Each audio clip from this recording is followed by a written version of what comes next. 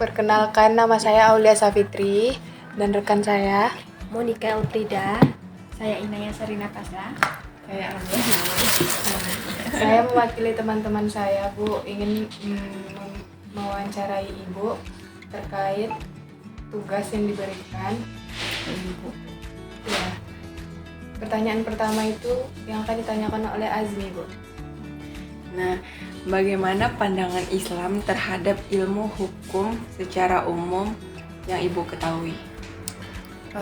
Menurut saya, maksudnya ini pandangan Islam terhadap ilmu hukum berdasarkan Islam gitu ya, gitu. Kalau kita kan negara kita bukan negara Islam gitu ya, tapi memang mayoritas Islam. Jadi hukum-hukum yang ada di Indonesia itu atau ilmu hukum yang ada di Indonesia itu masih akulturasi dari Belanda dan ada juga yang dari Islamnya gitu, tapi tidak semuanya. Kecuali ada beberapa daerah yang dia memang otonom, istimewa, maksudnya istimewa seperti di Aceh. Di Aceh itu kan dia masih menggunakan beberapa hukum Islam. Jadi kalau misalnya dia melakukan kejahatan, dia ada hukum cambuk, kemudian dia ada di sesuai lah dengan hukum Islam yang saya tahu seperti itu. Tapi tidak semua gitu. Hanya daerah-daerah tertentu seperti Aceh. Ada lagi?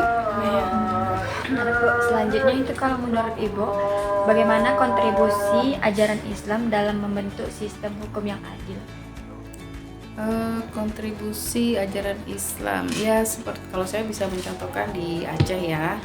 Kalau di Islam itu kan memang kalau misalnya ada yang mencuri dia harus potong tangan, kemudian dia ketahuan dia berzina dia harus dicambuk dan seterusnya. Nah, sejauh ini itu berkontribusi terhadap hukum pemerintahan, tapi tidak untuk semua.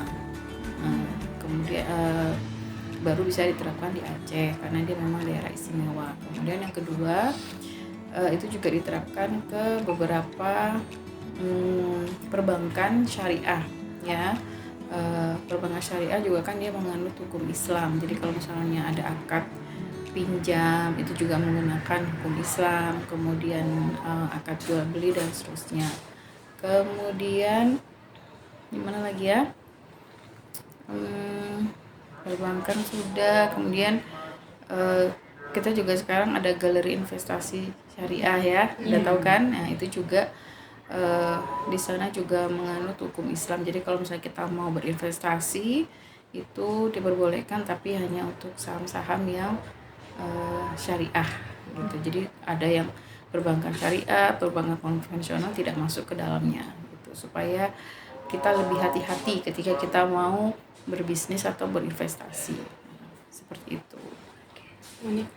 Pertanyaan selanjutnya, menurut Ibu, dalam praktiknya bagaimana menjaga agar penerapan hukum tidak keluar dari... Bagaimana tanggapan Ibu mengenai fenomena penyalahgunaan hukum oleh oknum jika dilihat dari etika Islam?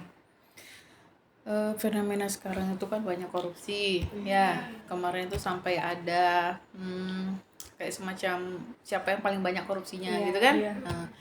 Ya kalau dilihat dari etika Islam kita harus tegas, tidak boleh pandang bulu, tidak boleh objektif dia anak siapa, dia dari mana dan seterusnya. Kita harus betul-betul adil gitu ya, harus ditegakkan. Meskipun cuma oknum ya sudah, secara tegas aja, siapa yang salah ya maka dia harus dihukum gitu. Oke. Terus dalam konteks kekinian, bagaimana ajaran Islam bisa menjadi solusi atau krisis moral dalam penegakan hukum menurut Ibu? Konteks kekinian, kalau kekinian itu kan ikut zaman gitu ya, Bu? Iya, kalau dulu kan keras ya. Dulu kan keras. Kalau misalnya ada yang salah, kalau yang mencuri dipotong tangannya, kemudian dihukum seberat-beratnya dan seterusnya. Kalau sekarang itu kan kita lebih pendekatannya lebih dengan kasih sayang gitu kan, lebih dinamis gitu kan.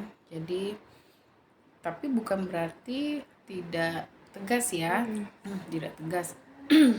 Jadi tetap tegas, kemudian tetap sesuai dengan peraturan dan hukum yang berlaku, tidak pandang bulu, tidak objektif, tapi juga tidak dengan kekerasan. Lagi?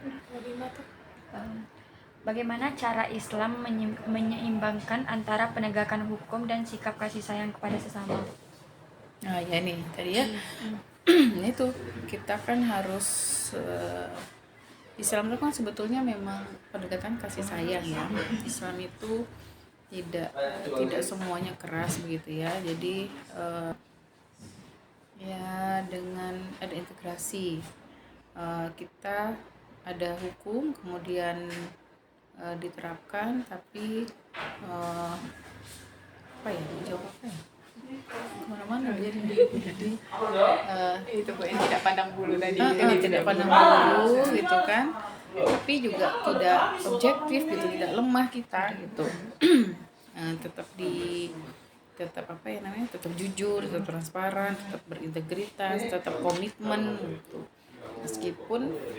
Meskipun misalnya itu ada keluarga kita sendiri, kalau dia salah, kalau dia itu ya tetap gitu, tetap kita hukum dia. Baik Bu, untuk penutup, apa pesan dari Ibu bagi generasi muda Muslim yang ingin menekuni bidang hukum sesuai dengan prinsip Islam yang ada? Integritas, komitmennya, kemudian transparan juga. Apalagi anak muda nih kan sebetulnya semua informasi kan ada di genggaman ya, kemana-mana pasti bawa handphone kan ya. Kita bisa searching di mana aja, tidak harus di Google. Kita bisa belajar di TikTok, bisa belajar di Instagram dan seterusnya. Nah, seharusnya anak-anak muda ini lebih paham gitu ya. Kita tidak harus belajar buka buku, tapi dari internet juga kita sudah bisa belajar. Jadi kalau misalnya mau menekuni bidang hukum sesuai dengan prinsip Islam, menurut saya lebih mudah. Pendekatannya juga lebih mudah. Banyak juga ustadz-ustadz yang muda-muda, ganteng-ganteng ya. Pernah dengar nggak gimana ceramahnya dia ketika buat konten-konten di TikTok? Ceramahnya dia kan nggak yang seperti zaman dulu ya, ceramahnya serius apa gimana, bisa dengan konten-konten yang menghibur, yang lucu, tapi di sana ada muatan tentang bagaimana kita harus menaati hukum Islam. Kayak misalnya Ibu lihat kemarin tuh di TikTok, Ibu lupa siapa namanya, laki-laki dia ganteng terus modis, tapi yang dia sampaikan itu adalah hukum-hukum tentang Islam. Keluar dari ajaran Islam. Iya betul, jadi dia buat bagaimana kehidupan dia, keseharian dia, mulai dari dia sholat tahajud, baca Al-Quran dan seterusnya. Itu kan lebih mudah untuk dipahami sama generasi muda kan, dibandingkan dengan yang penceramah sudah tua-tua gitu. Menurut Ibu begitu sih. Baik Bu, terima kasih atas jawaban Ibu dari wawancara ini. Semoga apa yang Ibu sampaikan bermanfaat bagi kami semua. Dan ya, dari wawancara ini saya mewakili teman-teman saya mengucapkan terima kasih banyak Bu. Saya akhiri, Assalamualaikum warahmatullahi wabarakatuh. Waalaikumsalam warahmatullahi wabarakatuh. Mohon maaf juga ya kalau jawaban